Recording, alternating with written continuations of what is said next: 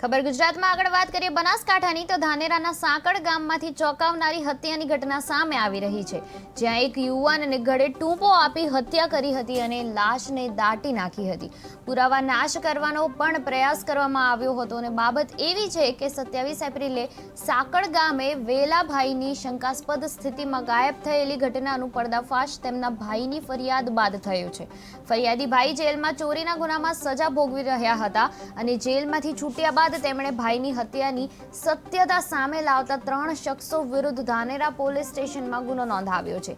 આરોપ એ છે કે વેલાભાઈને ગળે ટૂંપો આપી ભૂટા મહારાજના ખેતરમાં લાશ દાટી દેવામાં આવી હતી.